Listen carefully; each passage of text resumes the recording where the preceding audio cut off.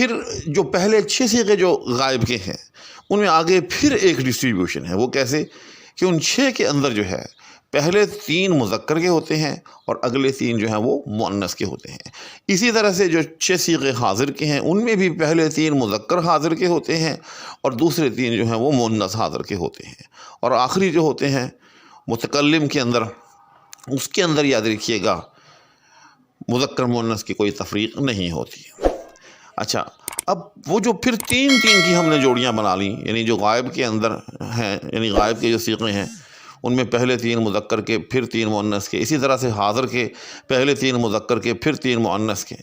تو 3 کے اندر پھر فردر جو ہے ایک ڈویژن ہے، ایک تقسیم ہے، مزید تقسیم ہے. وہ کیا ہے کہ ان 3 کے اندر پہلا صیغہ جو ہے وہ واحد کے لیے ہوگا، اگلا صیغہ جو ہے وہ تثنیہ کے لیے ہوگا اور اس سے اگلا صیغہ جو ہے وہ جمع کے لیے ہوگا.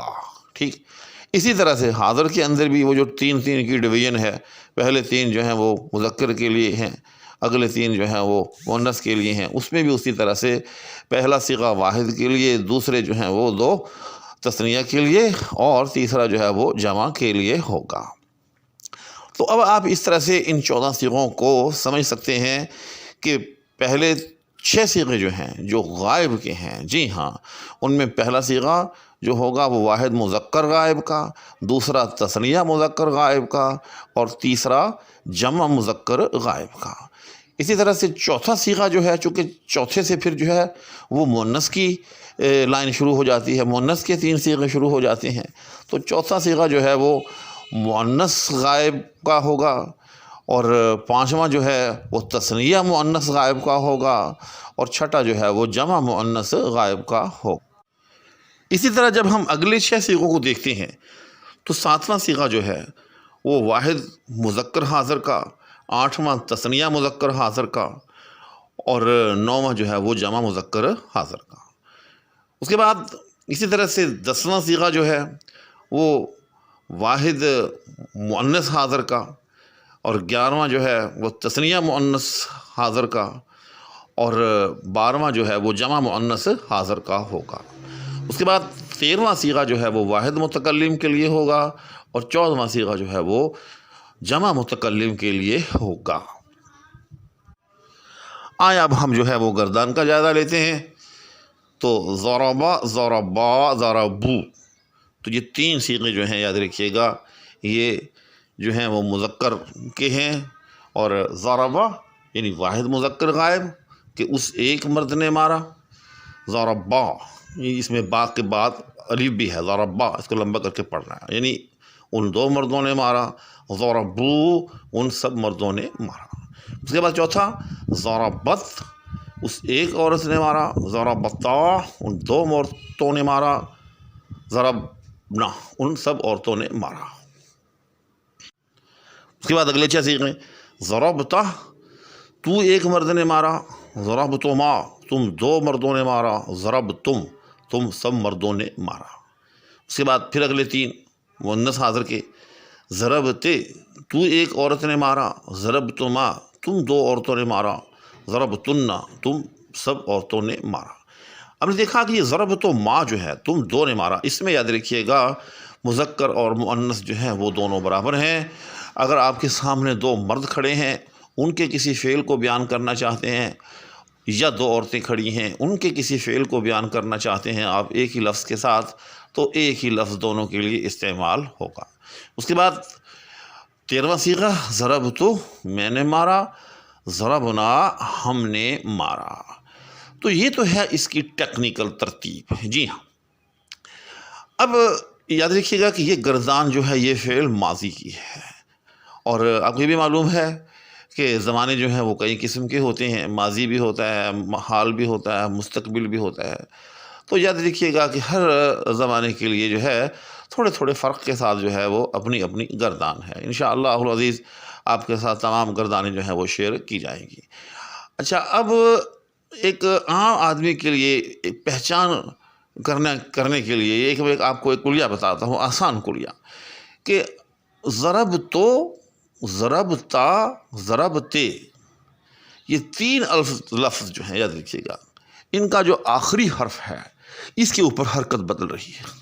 ٹھیک، آپ دیکھ رہے ہیں کہ ضربتو، ضربتا، ضربتے، ٹھیک، تینوں کی جو آخری حرکت ہے وہ بدل رہی ہے۔ تو اس حرکت کو مد نظر رکھتے ہوئے آپ جو ہے معنی کا بڑی آسانی کے ساتھ تعین کر سکتے ہیں۔ وہ کیسے کہ اگر ضربتو تے کے اوپر پیش ہو تو سمجھ لیں کہ یہ متکلم ہے، یعنی میں نے مارا، ٹھیک۔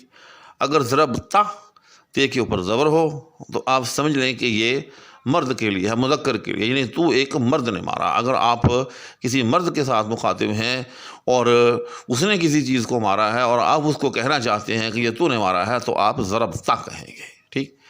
اور اگر تے کے نیچے زیر ہو تو پھر سمجھ جائیں کہ یہ عورت کے لیے ہے۔ جی ہاں، اگر آپ کے سامنے کوئی خاتون ہے، اس نے کسی جانور پرندے کو مارا ہے یا کسی بچے کو مارا ہے اور آپ یہ کہنا چاہتے ہیں کہ تو نے مارا ہے تو آپ کیا لفظ استعمال کریں گے؟ ضربتے۔ جی ہاں، تو آخری حرف کی جو حرکتیں ہیں، پیش، زبر اور زیر، ان تینوں کے اختلاف کو مد نظر رکھتے ہوئے آپ تینوں الفاظ کا فیصلہ کر سکتے ہیں کہ ان کے معنی کیا ہیں۔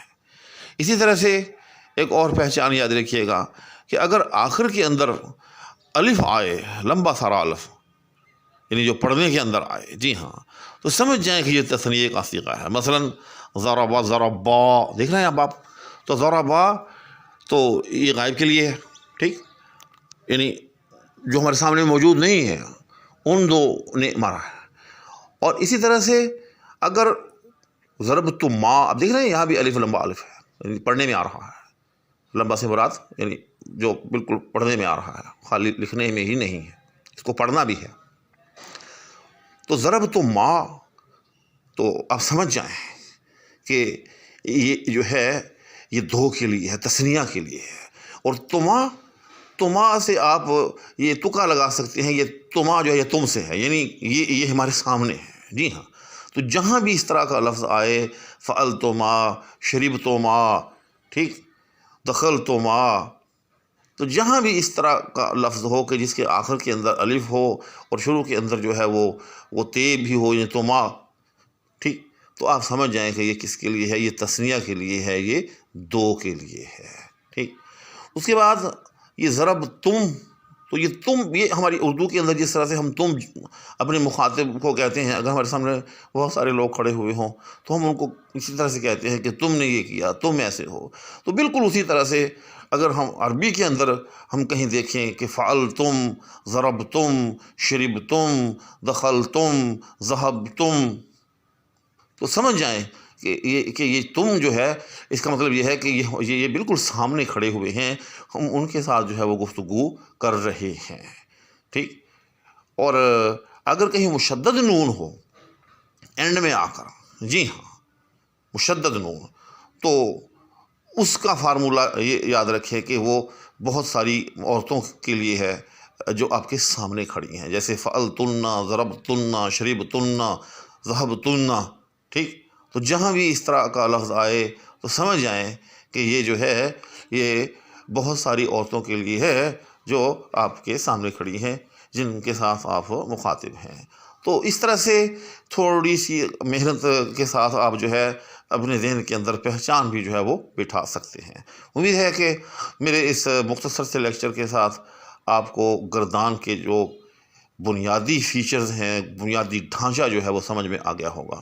انشاءاللہ العزیز اگلی نشست کے اندر میں گردان کے حوالے سے کچھ مزید معلومات لے کر آپ کی خدمت میں حاضری دوں گا۔ اس وقت کے لیے آپ سے اجازت چاہوں گا۔ اللہ حافظ۔